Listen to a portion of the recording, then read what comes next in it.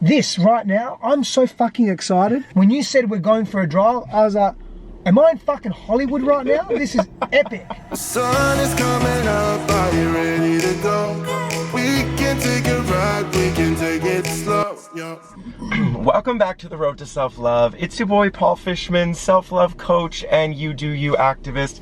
Joined today, wait a second, Stefanos Sifandos, did I say it right? Nearly. Pretty close, Stefanos. You were close. Welcome to the show, Stefanos. I'm really honored to have you here. And the thing that I believe about self-love is that it's all about owning who you are, the devotion to your individuality. So it's important for me to allow you to introduce yourself. I don't really have a title. I mean, I currently have something called Relational Alchemist. I like relationships. I enjoy playing in the realm of relationships. I enjoy optimizing our relationships, whether it's a relationship to an idea, to our purpose, to ourselves, to our intimate partners, to sexuality, to love, of course. I've got this title, Relational Alchemist. I think I'm in the middle of a bit of a change for that, but we'll go for that for now.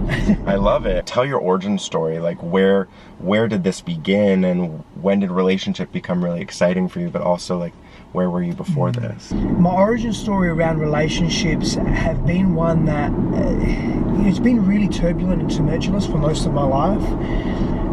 I grew up in a very violent family, abusive, physically, emotionally, volatile, very disconnected from father. You know, there was times where he showed love and he really wanted to be there, but most of the time he wasn't, and it was the intermittent aspect of that was very confusing. And so when I brought that that level of understanding to my relationships, I brought that volatility to my relationships. I was mimicking what was familiar to me because I had unchecked, unresolved, unconscious wounding. If it's not conscious, it can't be malleable. So we can't work with it to shift it and transmute it and transform it.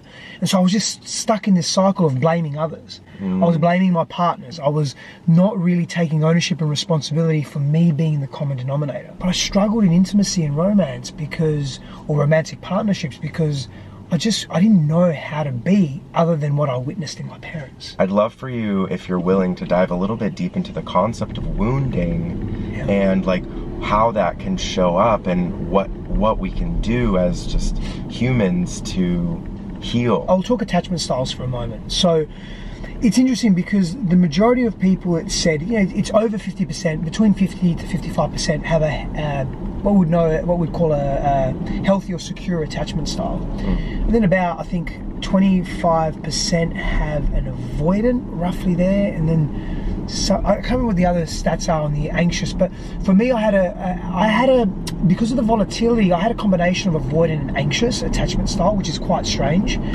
But largely I had an anxious attachment style. And so that was because I wanted father's attention. I wanted his love. I wanted to be approved by him. And what happened was the energy of that and the psychology of that I transferred into my intimate relationships. Why? Because they become mirrors of our most important relationships growing up during our developmental years, our primary caregiver relationships. So if you grew up and you weren't received, you weren't witnessed as a child, you weren't reinforced, you weren't attended to when you really needed it, and that happened often enough, and after a while you made that mean something about your self-worth, how good you are, then you're going to really struggle. You're going to really struggle to be in relationship and not feel nervous like that person's always going to leave you. That person's always going to abandon you. And what happens is usually unresolved wounding attracts unresolved wounding, so they're probably avoidant if you're anxious. So until I dealt with that, then I was able to fall into this greater state of balance and be healthier and more connected in relationship and actually want to be there. I'm picking up what you were putting down, and that makes sense. And so when you had this realization, like what was that aha moment for you? I was in a partnership a number of years ago, and she found out that I was being unfaithful, and that just opened up Pandora's box.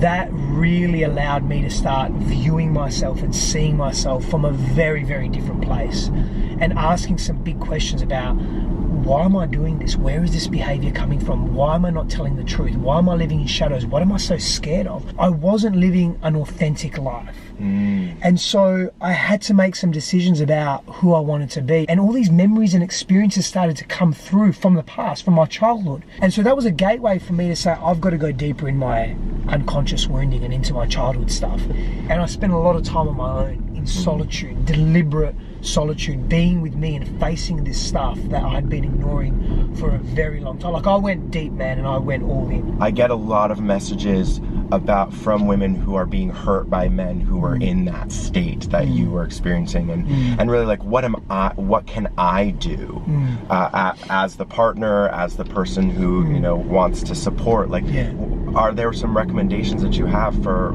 partners of men that are suffering? 3 core things. Now, you definitely start with compassion and non-judgment. Yeah, you have to start with that. Here's the next 2 steps. Healthy boundaries. You have to set healthy boundaries. If the situation is dangerous, or if it's really not serving your values, you've got to say no. And the third part, which actually really may be the first part, but I think it begins with an internal compassion, non-judgment, is you've got to do your own inner work. There's a reason why he's behaving like that. There's a reason why you're experiencing that. And if that's a repetitive pattern in your life, it's telling you more about you than it is about him or the relationship. It's telling you more about you and what you're bringing in terms of the forms of relationships that you're bringing in. You've got to do the work, you've got to set healthy boundaries, and you've got to meet your man with compassion and non-judgment and yourself. Definitely easier said than done. 100%. Easier said than done. 100%. So talk a little bit more about boundaries, because we throw this word around, but a lot of people struggle with even setting boundaries. Yeah. You've got to know what makes you uncomfortable, then you've got to be able to cultivate the courage to do so. You've got to connect to your self-worth. Because if you don't have self-worth, you're going to minimize yourself and maximize others. Understanding what you value, what your values are, what your likes and dislikes are very important. And then practicing, cultivating courage and speaking your truth with people that you trust. Could be friends, could be family, could be a therapist. You've got to develop that muscle. For me, that's like self-love. Knowing who you are as an individual and what you honor. But what I would love to do is I'd love to play our first road trip game of the day together. Yes, we are. Yeah, so I'd love to play the association game with you. I'm going to say a word, and then you're going to say the first word that pops into your head, and we're just going to go back and forth. So, sex. Sacred. Love. Elusive. Transparent. Careful. Meaningful. Present. Necessary. Love. I already said love. Technically, I lost. That was you beat me. I'd love to know a little bit more on a deeper level. What brings you joy every day when it comes to just your life? So what brings me joy are many things. Being with me, having my silent practice, being in the relationship and growing in the relationship with my wife and the relationship that I'm in there. My friends bring me immense joy.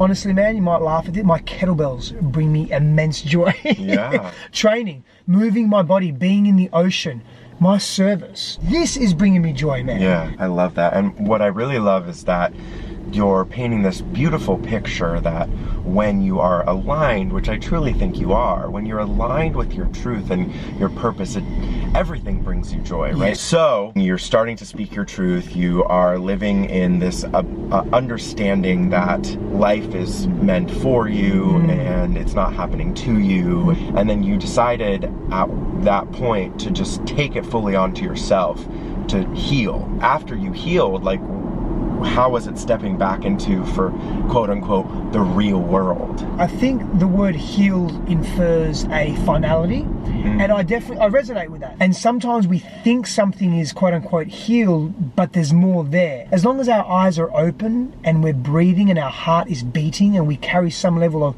consciousness, whatever that means to us in this world, I feel growth never stops. It's an ongoing process, and it's an intricate, intrinsic, innate, beautiful part of life.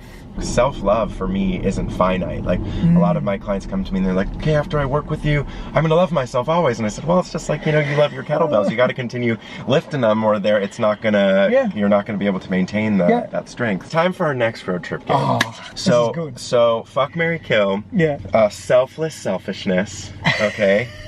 You know, the sacred sexuality and your alone time practice. I'm gonna kill selfish selflessness. Okay. I'm gonna fuck sacred sexuality, and I'm gonna marry my alone practice. Beautiful. I love that. That's. I feel that's the best combination I've got right now. That's beautiful. I'd love to know, what does self-love mean to you? Well, let me start with selfish selflessness. It means that you love yourself enough to let others know, and let the world know, and let yourself know when you're not comfortable. But self-love also represents a knowing and an ability and a willingness to celebrate your wins. Self-love is knowing what we want when we need it, and knowing what we need when we don't want it. So I'm curious, just for fun, like, what's the best mistake that you've ever made? You know, we don't know what we don't know in the moment, and what we think is often devastating in the moment isn't. You know, what we think is often devastating in the moment is actually the best thing that's ever happened for us. But in hindsight, you know, I would say, with no disrespect to my partner or partners at the time, and being deeply remorseful for the pain that I inflicted through my actions, was my infidelity and my living in the shadow self.